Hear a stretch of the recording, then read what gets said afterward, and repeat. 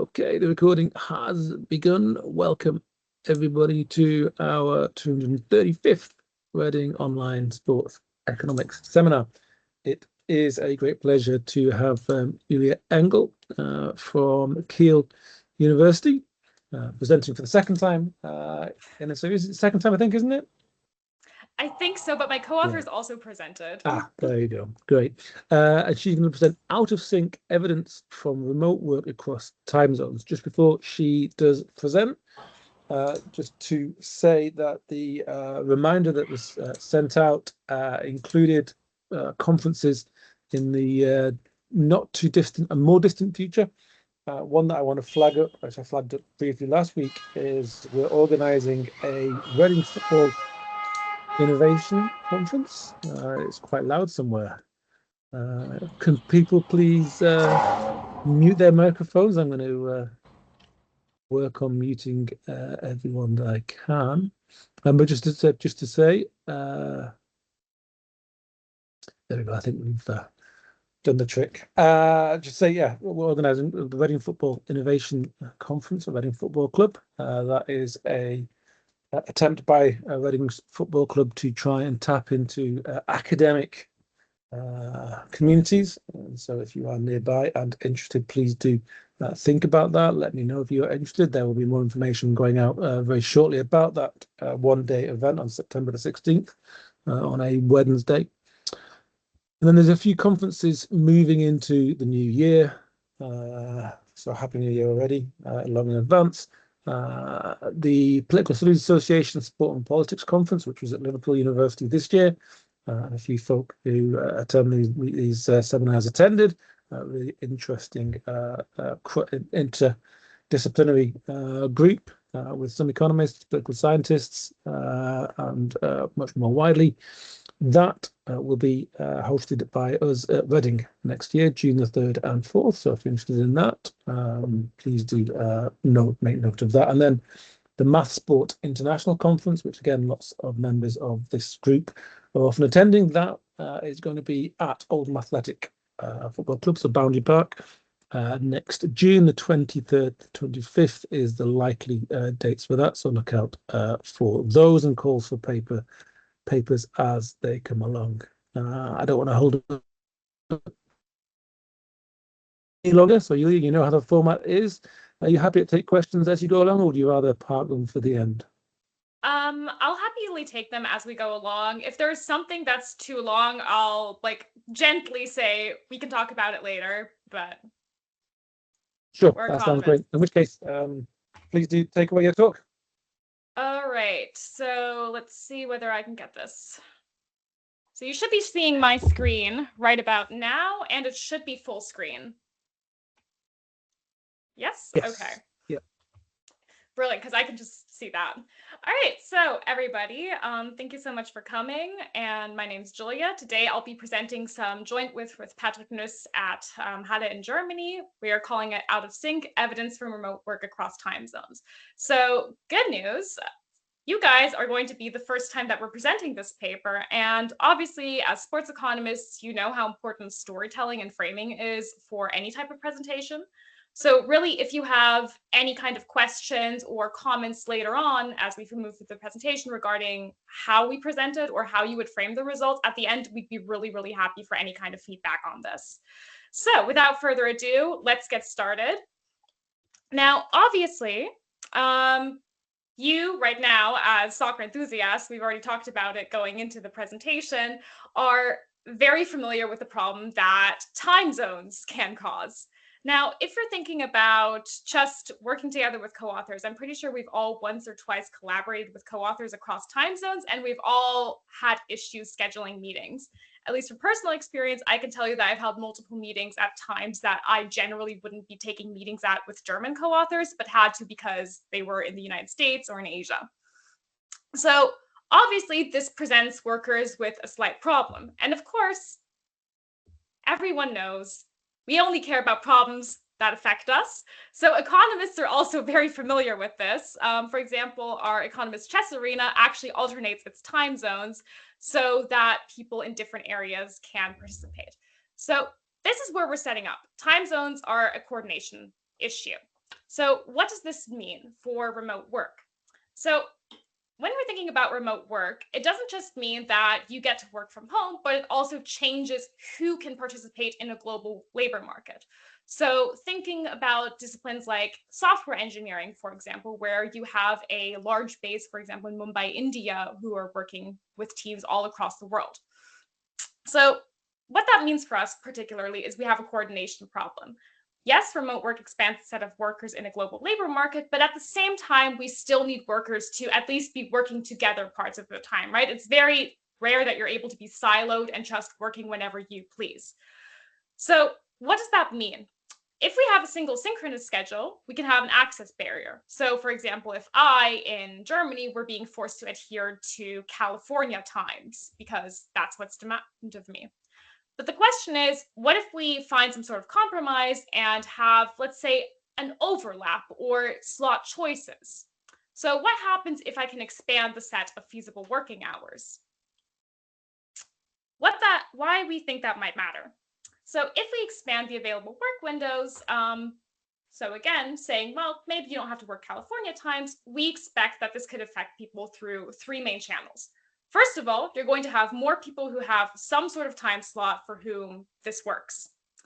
Second of all, you're going to have sorting. Now, obviously, if you're offering me a time that's more standard for Europe, I'd probably prefer that time over having to work US hours in my own time zone. And then third of all, depending on at which hour you're asking me to work, I might be able to improve on my actual performance because I'm now better time zone aligned. Now, this is all storytelling, right? So how would you measure this empirically? The problem is if an organization opts for such a thing, you're typically also reorganizing work. So you're reshifting tasks and making it incredibly hard to measure.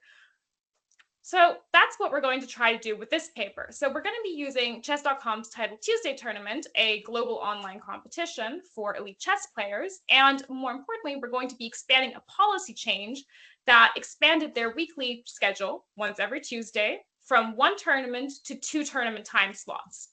Now, what's unique about this, as opposed to more standard forum organizational settings, is that everything surrounding the tournament essentially remained the same. So it's going to be the same platform, it's going to be the same design and the same task, namely winning your chess games.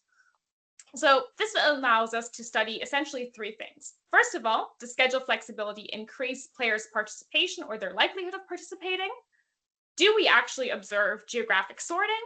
And does expanding this access, so trying to make it more available to a broader set of people, does this come at some sort of cost to their performance, so the quality of play, or some other behavioral outcomes that we will be looking at? So I hope that I'm going to be able to show you that we've got a very nice setting to answer this in a way that's typically not possible. Very, very briefly, just to summarize the literature. In general, we're going to be contributing to 3 main strands of it. Working hours and rest. And again, here, the consequence of working unusual hours, particularly long days. In general, rest is important, long hours are bad. The second strand is time zones and remote working, which is a niche literature in mostly organizational work. In principle, time zones introduce a coordination problem. They have additional costs, and generally, workers don't particularly like having to coordinate across them.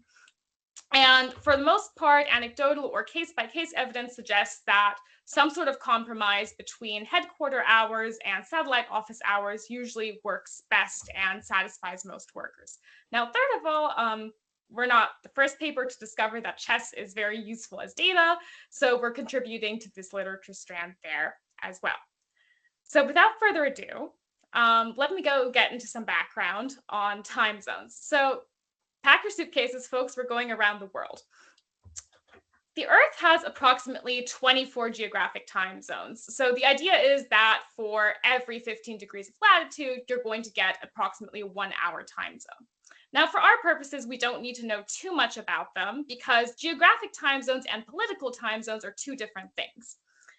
For the most part, everyone knows in their time zone, and we've all scheduled conferences across time zones before, so we roughly know how it works. Time zones in general are defined by their offset from Coordinated Universal Time, sometimes also referred to as Greenwich Mean Time.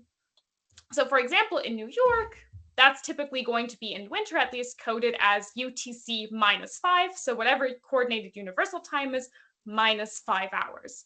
So as you can see in the map, you've got very different time zones, and as we move towards the west, we are reducing our offsets, so we're subtracting hours from universal time, and as we move to the east, we're adding hours. Now, a couple of exceptions exist. So for example, the US, as many will know, is subdivided into multiple time zones, but some countries also simply opt to adopt a single national time zone. The most notable examples are going to be India, who have an offset of 5 hours and 30 minutes from London time, or China with their offset of 8 hours. Why the 30? Because India splits the time zone difference between their two geographic time zones. So that's going to be the general premise. What the point is that somebody who's playing, for example, in Texas, USA, is going to be playing the same tournament, but playing in a very different time than somebody, for example, who's playing in India, for whom it would be in the middle of the night. So to make this more clear what the actual implications are, here is an example. I've gotten 3 exemplary time zones, India, London, LA, so we're going from east to west. And essentially for Los Angeles, if it's 8 a.m. for you, that means in India, it's, in the winter at least, going to be 9:30 p.m. So good luck scheduling a conference call if that's the time zone gap. So the point is that if you try to work at the same time, somebody is going to have a more difficult time having that schedule be accommodating of their usual biorhythms and things like that. So for the most part, the way that the current tournament was set up, it was fairly unfavorable to people who were further east. So what happened? Chess.com had a single tournament that took place every Tuesday. It was one weekly tournament and anchored to Los Angeles time, typically at 10 a.m. there.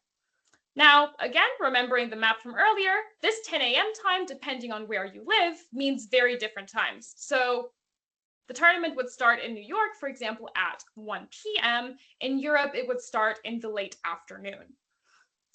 And in the case of India, it should be starting at 11:30 p.m. And then this tournament goes on for 2 hours. You can figure it out. If you're a night owl, you might be inclined to play, but otherwise, tough luck.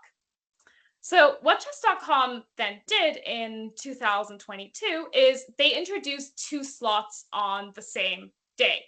And this happened incredibly fast. So they had made this announcement 1 week before they implemented it. So there wasn't a lot of adjustment. And they were very clear about this and very unambiguous what the issue was. They essentially argued that the previous scheduling was inconvenient for players, especially in India, where there's a lot of up-and-coming chess talent. And therefore, they would split the tournament. Now they would have an early version starting at 8 a.m. and a late version starting at 2 p.m. The idea was that you have more access for players and that you're able to choose whether and when to enter. So you could theoretically double dip, but for the most part, the idea was, whichever time fits best for you, that's where you can sort. Now, what's great for us as economists is that the task and the platform remained exactly the same. There were no other format changes. It was literally just previously 1 tournament, now 2. Now, the idea is then that we have this different local time fit across regions. And more importantly, we've got 3 years of data. So we're able to compare the players to themselves over time. Right? So far, so good. Previously 1 schedule, then 2, 1 early, 1 late. Pick whichever one you like. So what this actually now means, and here you can see some visualizations for broad geographic regions. So America is grouping North and South America together, Europe and Africa, right? So time zones go by latitude, not longitude, and Asia. Now, in the different colors, you're going to be able to see what the time slots were for most of the participants in these areas and how the participation was. Now, for America, as you can see, it's more or less afternoon for the most part, some of it early morning. In Europe, we're shifting towards the evening.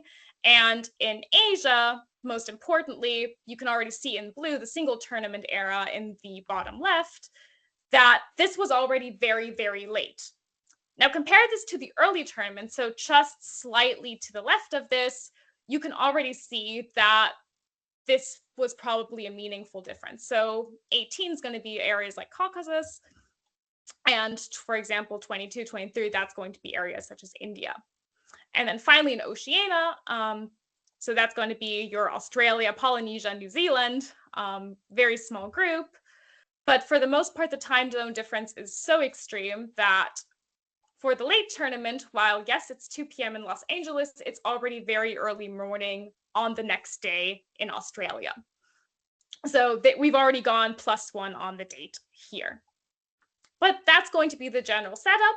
It's the same tournament, but players are playing at very, very different times from one another. How are we thinking about this whole thing? Now, we've made a very small conceptual framework. I know nobody likes theory during presentations, so I'm going to keep it brief. In principle, we assume that players have two types of costs that they incur while playing the tournament. As always, they play if the benefits of playing the tournament exceed the costs. Costs are going to be dependent on two factors. First of all, your local starting time, so whatever the clock on your wall says when you want to start, and your own personal preferred playing time, so when you ideally would like to play the tournament. There's no guarantee that you're going to get your slot, but we assume that deviations from your preference are somewhat costly, and for now, we just impose a simple quadratic function. Now, that's going to be simply, oh, this is not the time that I feel most happy at. Everyone knows the 8 a.m. class isn't the class that you necessarily would choose for yourself, but for example, a 10 a.m. class would be preferable. Now, that's part one. Part two is that we assume that there's some sort of heavy sleep penalty. Now, for our purposes, we're being very conservative. We assume that players are completely fine playing between 6 a.m. and midnight. So what we define to be the waking hour window, being deliberately conservative about it. But we assume that if you somehow go into your sleeping window, that there's going to be some additional cost, either from fatigue, from anticipating costs for the next day, what that would mean, and that players have an additional incentive to sort away from nighttime slots.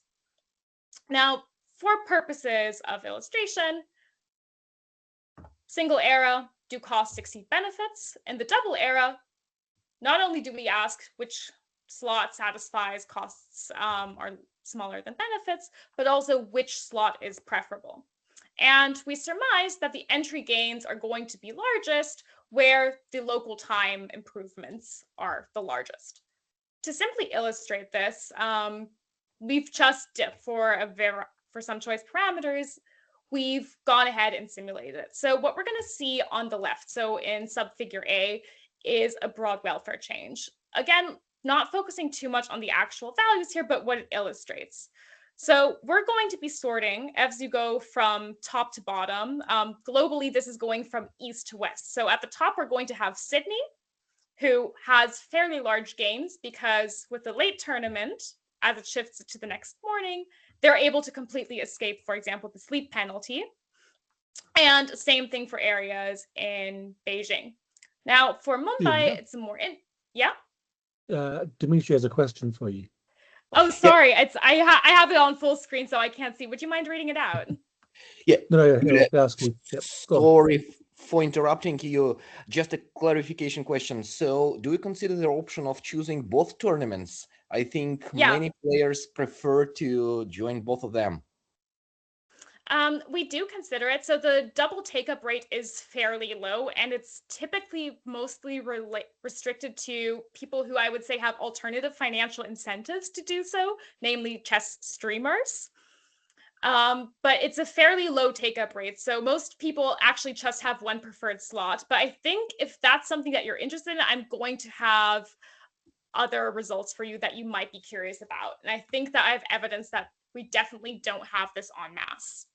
Well, as a chess player, I think that many of chess players who enjoy playing chess and who don't have some obligations, they just play both tournaments. So if you can calculate the share of those players, if this share is not negligible, I think the problem, this theoretical problem, can be a little bit modified, not as a choice problem, but but at least adding one additional option to choose both tournaments. Yeah.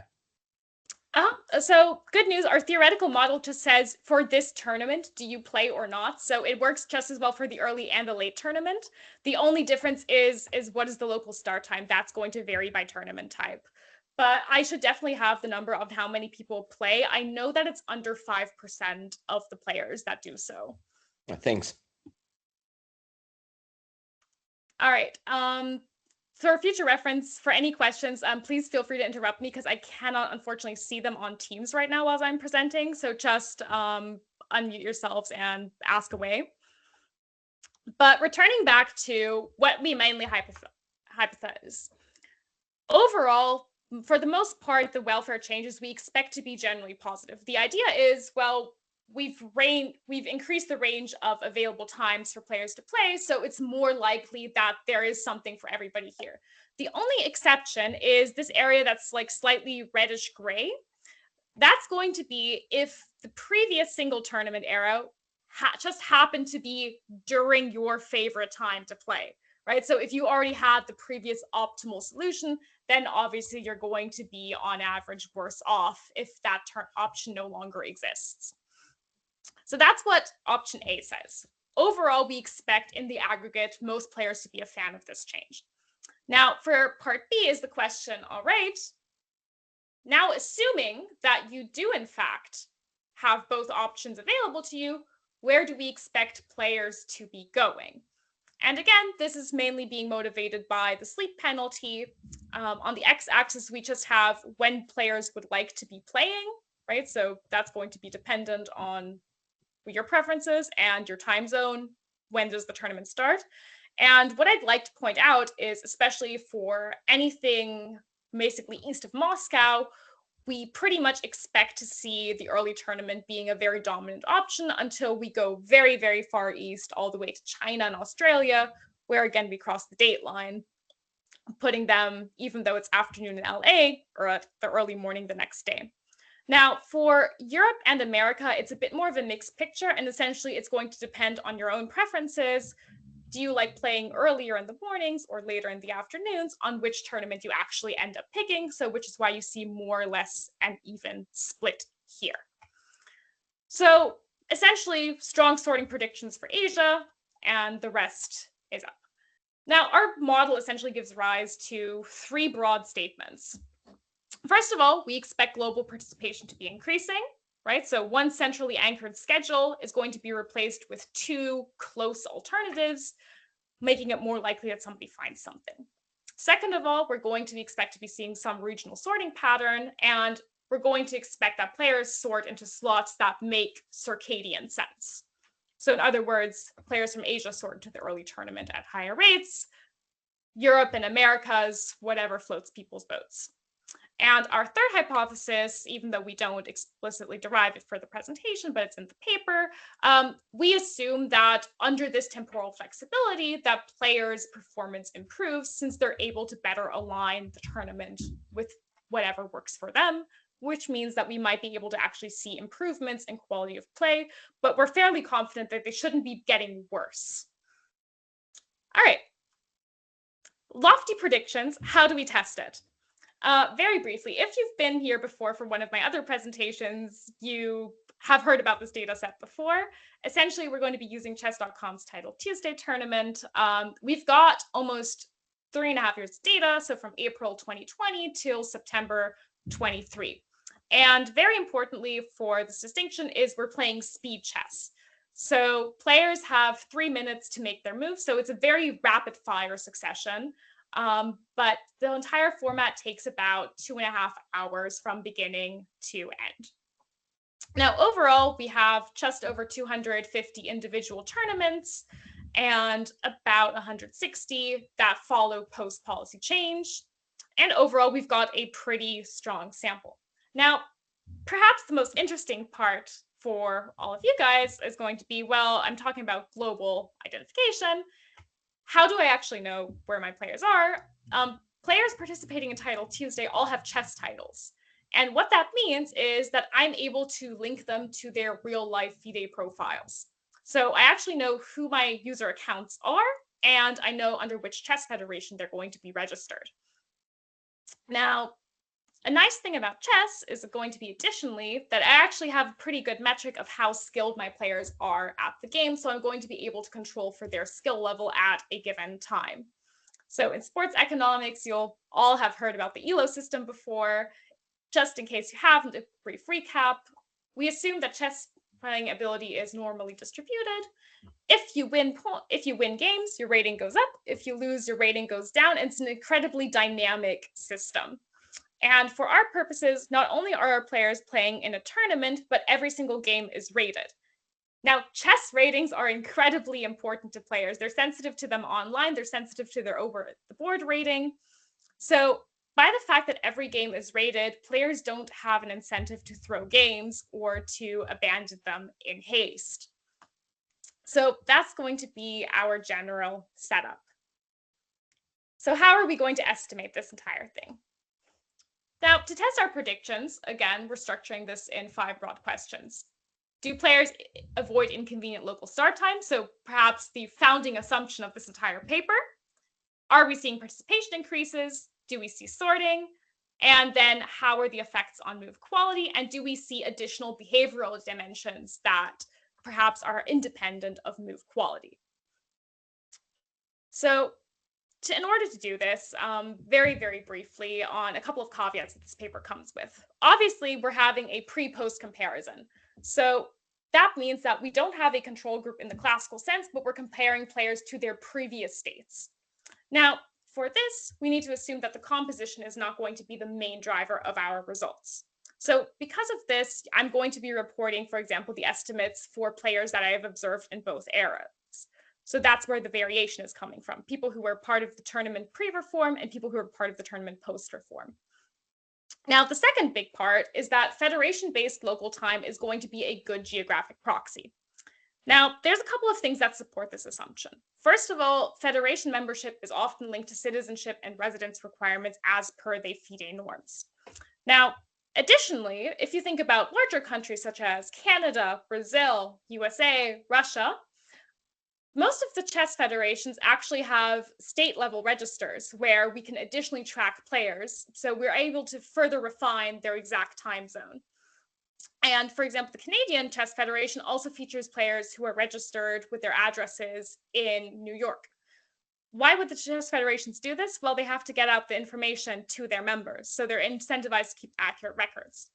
And third of all, we assume that the reform really only changed the timing of the task and have a couple of things that support this. Nothing materially changed about the prizes. We're playing the same game format, the same tournament structure, the same tie breaks. So all of this supports our interpretation that this is a timing flexibility thing. Remember, the main mechanism that happened is players now have a choice.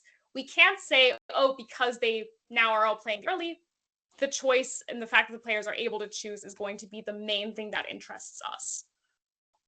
And assume that the players know what works for them and what not. So very, very briefly, what we're going to be doing. Now, for step 1, we're just going to be looking at, does a player play Title Tuesday on a given day?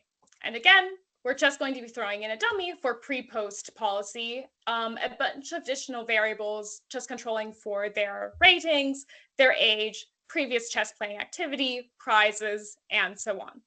Now, the thing that we're going to be interested in is just coefficient delta. Are they more or less likely to enter? And again, controlling for things like calendar month fixed effects.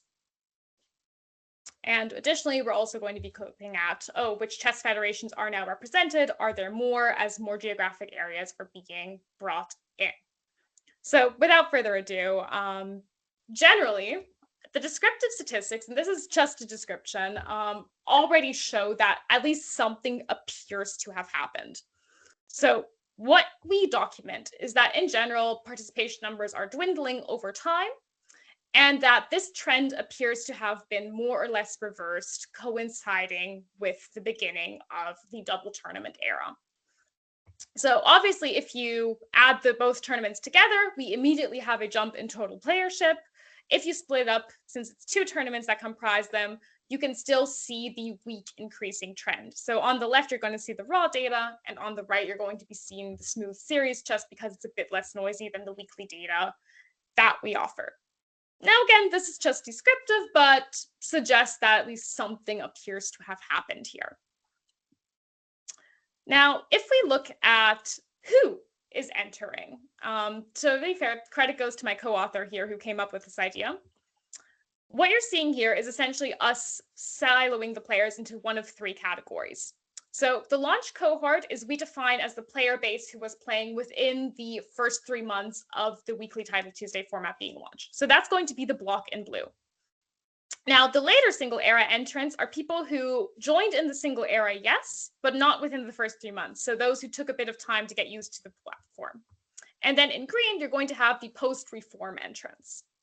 So what I want to draw your attention to in particular is the fact that coinciding with the introduction, now here the dashed line marks that, we've got a resurgence in the launch cohort coming back. So we take that as at least suggestive pattern, saying that it was a timing issue that made the tournament unattractive to at least part of the players who initially wanted to be playing this. So there was always a latent demand for it, but the cost just didn't, the cost exceeded the benefits of it. Finally, before you carry on, sorry. Yes. You're back to the last slide. Sure. It's possibly not relevant, but there's a few spikes in there, so I just wondered what they were in kind of April 21 and January 23. April 21, that was a game where there was server issues, and again February 23. I think on February 23 there was a server issue on either the late or the early tournament, but one of the tournaments was canceled at least. So that's why you're seeing less there. Okay, just thought I'd ask. Yeah, but no, it's a good thing to mark down.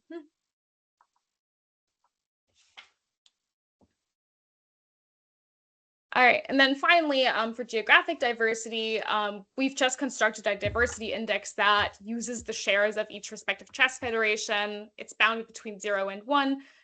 It's always been high, just because we have a lot of people from smaller chess federations participating. But again, what I want to highlight is that you've got this decreasing trend coinciding with the participation numbers, but this appears to have, again, increased within the double era. Now, most notably, what we see is that the early tournament, at least over the long run, appears to be outstripping the diversity index of the late tournament, which again is consistent with the fact that the early tournament appears to be broadly more time zone compatible from what we've been able to see. Okay, so those are the descriptive patterns at the aggregate. Do they translate to individual entry choices? So what we've gone ahead and done is just constructed a player level panel. So on every calendar date where there was a Title Tuesday event, we just have for every single player who was ever in the data set, did they enter the tournament, yes or no?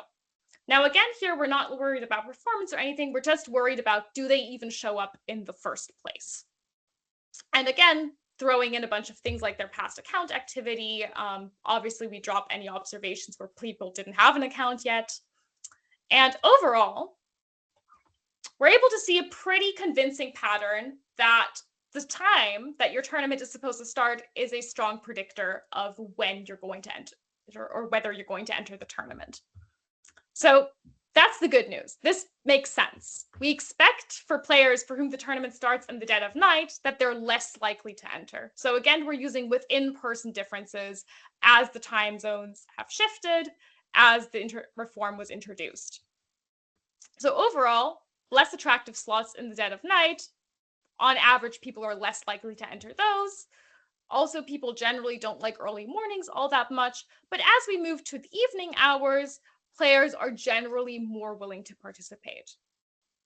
But overall, we've got a fairly stable entry pattern during the day relative to the base entry rate of 1 p.m. So that's going to be New York during the early tournament for who's supplying this. Now, we do this with a bunch of subsamples. For example, when we restrict this to players who were in both eras and find overall that these coefficients hold up relatively well. And in panel B, you can also see that when we're counting, for example, oh, did you participate last week? So if we have these concerns about correlation or activity bursts that are driving the sample, that doesn't appear to be the case. As you can see, they're all pretty close together. But obviously, yes, it's a strong predictor whether you were active on the platform the past week. So overall, timing matters. What about the regional differences? Now, again, it's the same binary, did you enter yes, no decision. And overall, we're able to have pretty convincing evidence that the individual participation probability weakly increased. So for the entire panel over these 3 years, the mean participation rate per day is going to be at about 12.3%. So following the introduction of the 2-tournament scheduling, with the individual participation probability increased by about 1 percentage point, slightly less if we include past account activities, but overall, this is a pretty robust finding. Now, essentially, we explained these results over 2 different dimensions. First of all, a slot moves players out of the nighttime. So for example, that explains why Asia is fairly sensitive to this. But we also see strong results, for example, in the Americas, which suggests that players value the option that they have. So in the Americas, it was 8 a.m. or 2 p.m. were your options. One of them appears to have been slightly more favorable, but overall, players respond strongly to having the opportunity to select into it. And for Europe and Africa, we're not seeing much movement. To be fair, the previous slot was already putting them at the late afternoon. So we surmise that it was generally already a pretty attractive timing to begin with. So that's why we're not seeing too much movement there. And also, if you recall our theoretical model, it was a more or less even split on which tournament you'd actually prefer there. So now that we've established that players generally respond more strongly to having options, which one do they choose? So this is just restricting our sample to the double era. So now you have a choice of 2 tournaments. Do you play the early one or do you play the late one? And what we're able to see is that we have this strong evidence that there is some geographic sorting. Now, for the Americas, we're going to see it's a negative coefficient. What this just is the dummy. Is it more likely for you to enter if it's an early tournament versus a late tournament? So a negative value suggests that people prefer the late tournament. But in Europe and Africa, we have this, and as well as Asia, we have this strong evidence that there is a strong preference for early tournament sorting. Now, for Asia, for example, players are 6 percentage points more likely to enter a given Title Tuesday tournament if it's an early tournament compared to if it's a late tournament. And again, with Oceania, it's a very noisy estimate, as you can see, based on the standard errors. But again, this makes sense. The late tournament is the one that allows them to at least have a somewhat humane time option, where they're going to be playing at like 7 or 8 a.m. So overall, at least our theoretical model's predictions hold up reasonably well. So what we're able to say is we've increased participation, we've shifted players across slots. Now, that we've established that there's expanded access, the question is, who is actually entering this tournament, right? We're economists, so we might say, well, if we lower standards, for example, or lower costs, we might have a lower quality participant pool overall, so that we have this weaker marginal entrant who's coming in additionally. So the question is, what happens to playing quality? Now, this is the nice thing about chess and its data richness, is that we're going to be able to evaluate this using simply a move level metric. So very briefly, if you've ever played chess against a computer and it wasn't set too easy, I'm going to assume that you got defeated by it, and rather badly. Don't worry, Kasparov, world champion, also happened to him. The idea is that computers are very, very good at calculating. And what they're going to be doing is they just look ahead for about 20 moves or so and decide what the optimal sequence of moves is. Now, the way that a computer does this is it uses a metric called centipawns, which more or less says, well, you have a strong position and it's worth this much in pawns or hundreds of pawns. And what's going to happen is it compares its evaluation pre-move to whatever the player did. Now, this sounds fairly abstract, so perhaps an example is going to be more illustrative. Now, this is actually taken from one of the games in our data set. If you don't know anything about chess, don't worry, I'm not going to make you solve this. If you do, have fun with a little puzzle. Now, we have a problem here. Currently, the computer says that white has a slight advantage. So this 120 centipon evaluation means that white has a strong position, about an additional pawn on the board. Right now, the white king is in check. So the king needs to move, or you need to take care of the check or block it somehow. Now, here's what our player did. Our player just moved the king out of the way. If you run this through the computer is going to return an evaluation of 70 centipons, or say, well, white's position is still better, but slightly less so than it was previously, right? So 120 minus 70 is a 50 centipon loss difference. So white played a suboptimal move. Now, what the computer actually wanted to do, or what its evaluation was based on, is, for example, if the white rook comes down. And that would have preserved the difference. So what we're essentially going to be doing for every single move is we're just going to be comparing what the computer wanted to what the player did and have this highly granular measure. And we're going to be doing this for every single of our 41 million moves, though for our main results, we're going to be just looking at the middle and end game and cutting out the openings, so throwing out the first 15 moves. So again, it's going to be more or less the same setup as before. Once again, we're going to be comparing within player differences here. So what have we got? We're going to have player fixed effects. So again, comparing the same player to their general performance level, throwing in just a dummy for the fact that we're now in the double tournament era. So again, looking at the change in average playing quality within a player.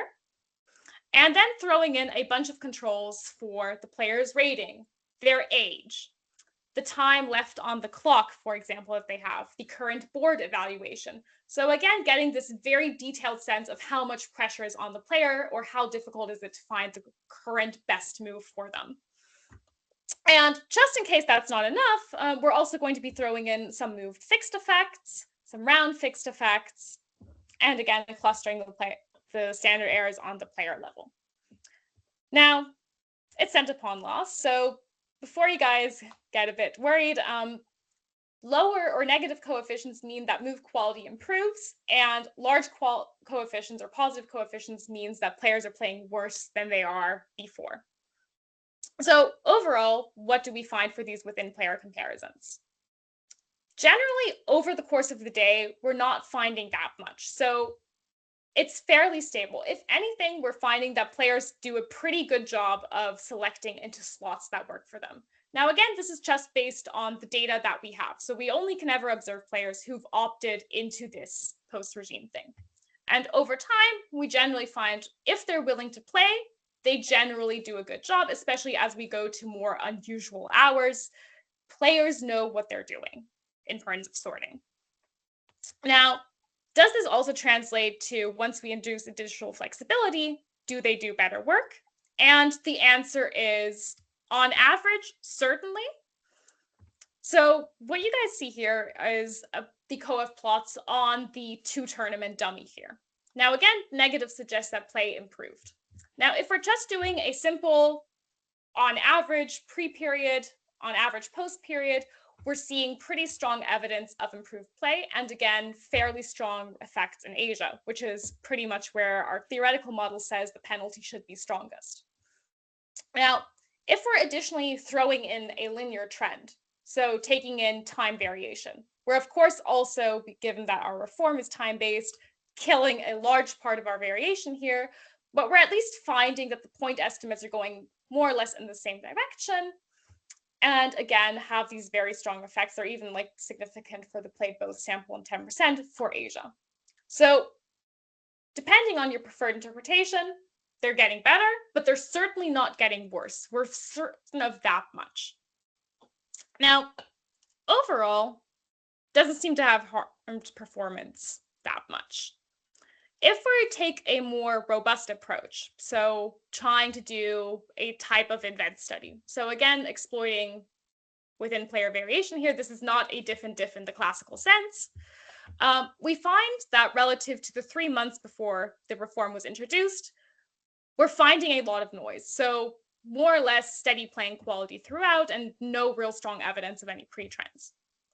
Now, in the first week, we immediately find pretty strong improvements. It doesn't matter. We've experimented a lot with this specification, and we've always were able to find that like the first tournament appeared to have been very, very good.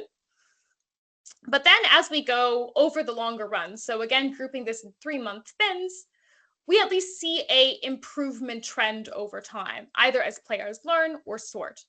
Now, again, here you've got the full sample, so blue also involves that new players could be coming in, and the diamonds and red are the played both sample, but both of them are trending in the same direction at any rate.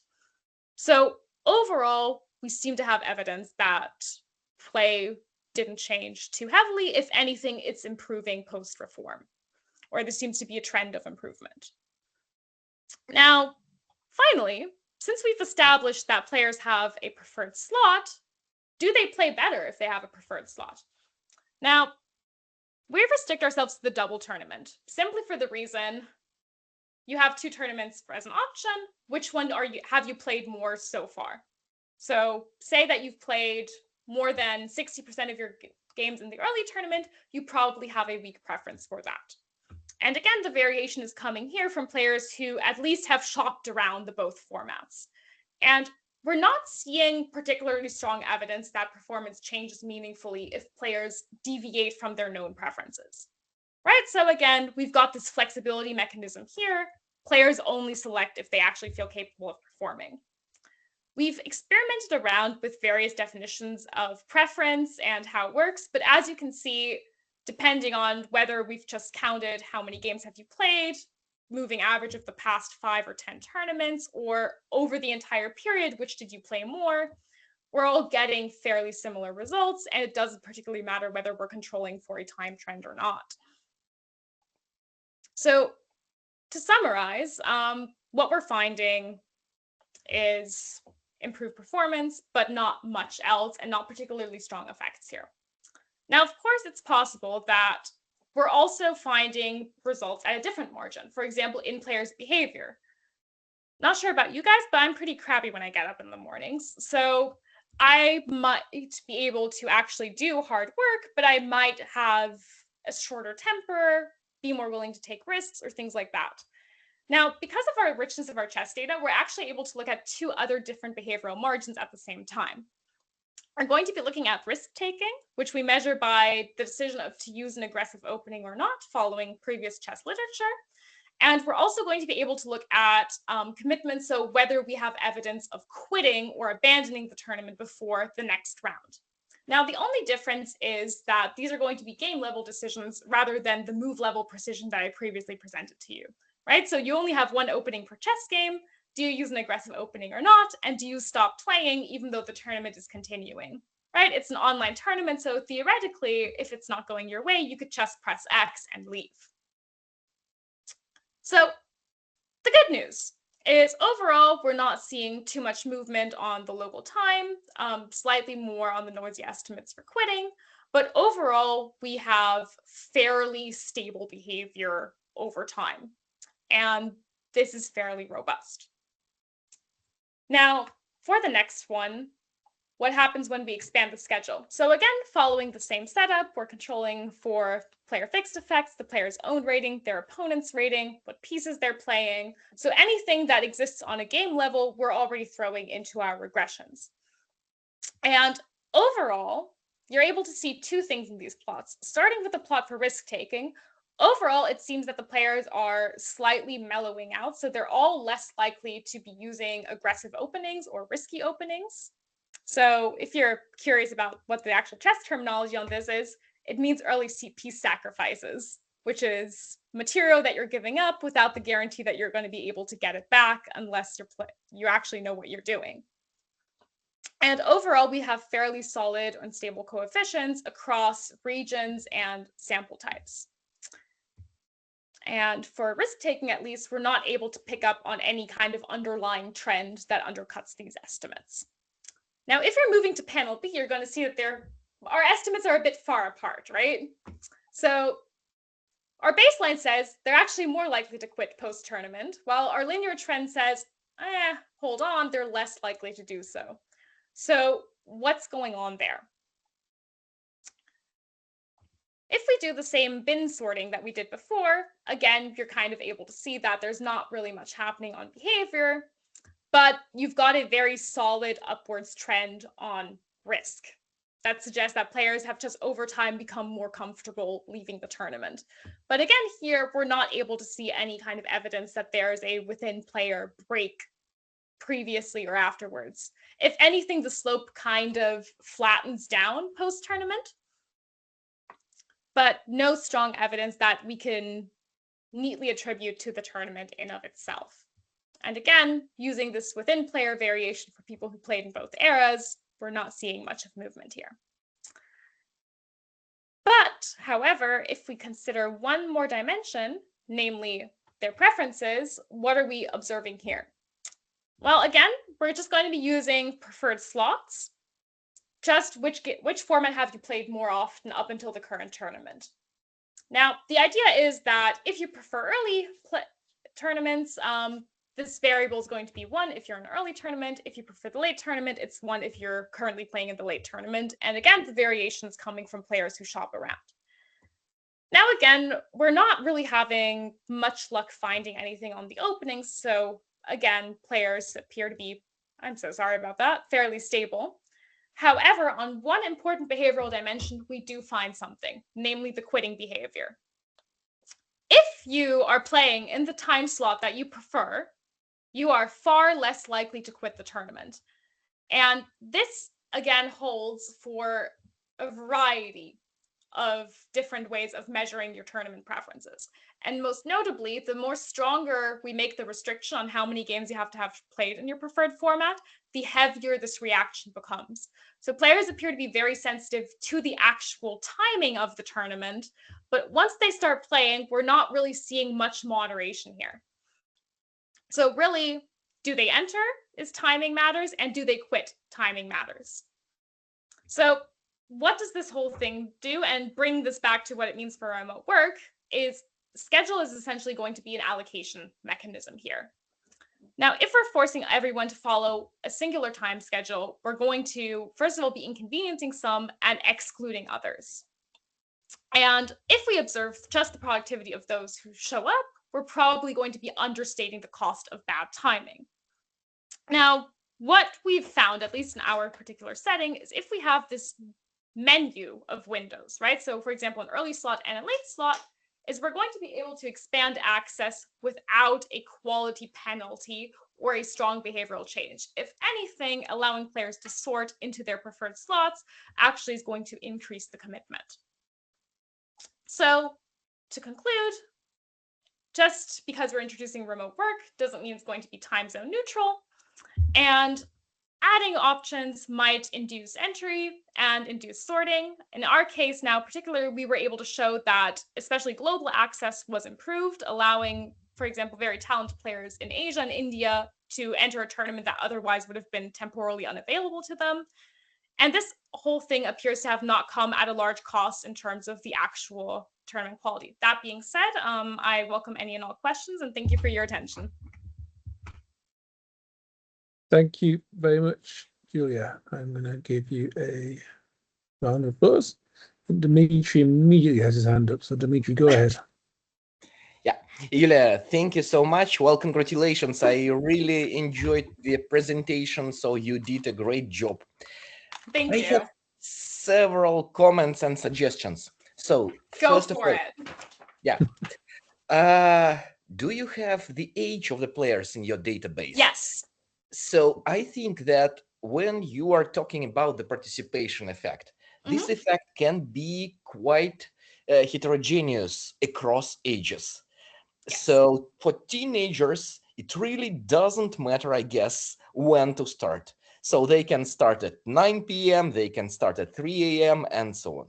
But you may find probably more sharp effect for those who have full-time jobs, which can be approximated by the age of the players. Yeah. I know that, like, even though his camera is off, I know that Patrick is clapping his hands right now and laughing because he made me do the age split. Yeah, like similarly to how you're doing now. Yeah, he made me do the age split. So I have good news for you. We do find something. There's not much on scent upon loss, right? So the more that we cut up the sample, the noisier the estimates are just going to be getting. We do find evidence on entry that especially like participation increased among the working age group. So I think it was 20 to 40 approximately. Like, I'd have to look up what the exact groups were. And something that you might enjoy is that for minors, so under 18, we find strong effects that they sort away from bedtime. So like we have evidence that apparently the parents are making sure that they're not like up late at night playing chess. Yeah, thank you. This is interesting. This is interesting. So another comment is about the recent reform at chess.com. So as you know, probably they switched to one tournament per week in 2025. Yeah. So did you analyze the recent data? So did something change after they returned back to one event per week? I owe Patrick $5. He was sure that someone would ask. I said no. All right. So long story short, they also changed the time format. So now it was previously 3+1. Now it's 5+0. And they also changed the tie breaks. I don't think that at the aggregate that should change much in terms of incentives that the tie breaking mechanisms change, but there's more than one format change. Yeah. That being said, it is on our list to consider doing it. So this is the third chapter of my dissertation. So paper is more or less going in as is. But we were considering at least looking at the aggregate, whether we see a reversal of our patterns, because for that, you don't need to run everything through the supercomputer and things like that again. But like for the individual, do they participate, do they not? We should be able to do that. Of course, then with the caveat that the format changed and that they also now, I think it's part of a qualifying cycle. So like they stacked a lot of things together that might make our semi-causal interpretation more difficult. But I think that it's nice additional evidence that if we do see this reversal is very supportive of the overall story. That being said, they did select the early slot, which in our specifications across what we find, that's the one that, first of all, most players preferred overall. So it was the more popular slot. And it's also the one where we saw the most improvements. So at least from our perspective, like chess.com did the correct business move in the time that they did select. But it's on the list, and thank you so much for bringing it up. So it's good to know that there's like a latent demand for this information. Yeah, of course, it is not possible to compare performance in before and after because, well, the time control is different. But as for participation, I believe honestly that only a low share of players hope to qualify for the major tournaments. So most of them make this decision to enter the tournament just based on the same arguments as before 2023. So probably it could be interesting. And the very last remark from me is kind of technical one. When you analyze the performance of players, did you drop the decided positions? I mean, the positions with the score of something like 3 pawns or 4 pawns or something like that, because in those positions, it is not possible to evaluate correctly the move, because in some situations you prefer just a way which guarantees you a win over the something more complex that computer advises you. So we don't exclude them per se, simply because in classical chess, I would agree with you. In blitz chess, simply because occasionally like the evaluation bar looks like it's having a stroke.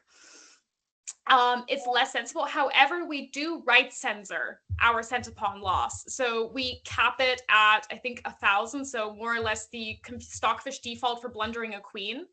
right? So if a position is so lost that it says, well, sacrifice all your pieces, it's the best you can do. We do it like that, and we find this like very close point estimates. Obviously, it kills a bit of variation just because it's a less granular measure.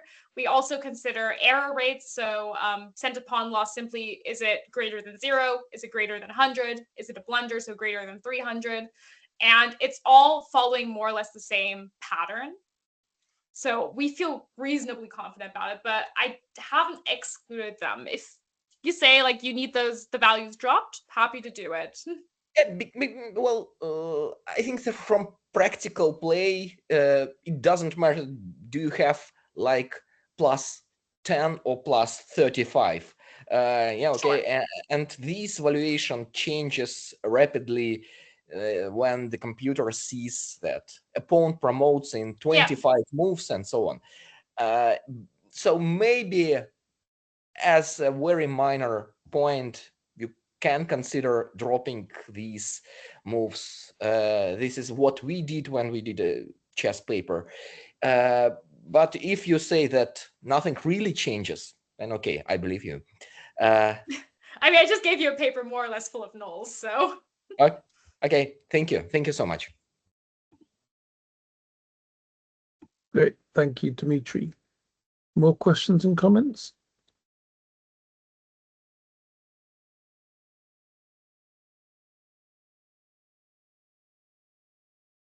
I wanted to ask you something which you probably covered already, given it's such a phenomenally comprehensive piece of work you've done.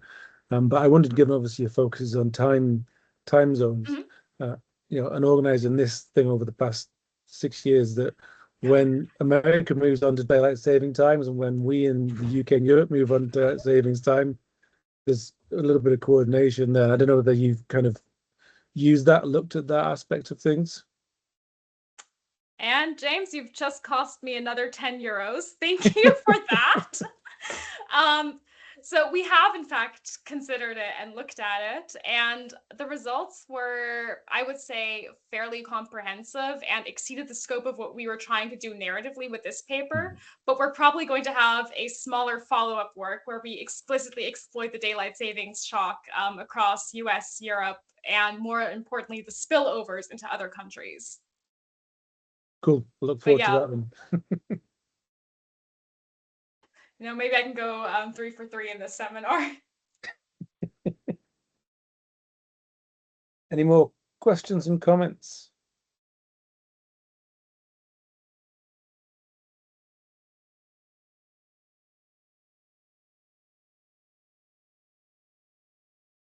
I think that looks like that's a no. So thank you, Julia. Really interesting presentation. Obviously, as you mentioned, you're one of your chapters of your PhD, and you're soon to finish up. So wish you all the best as you do that.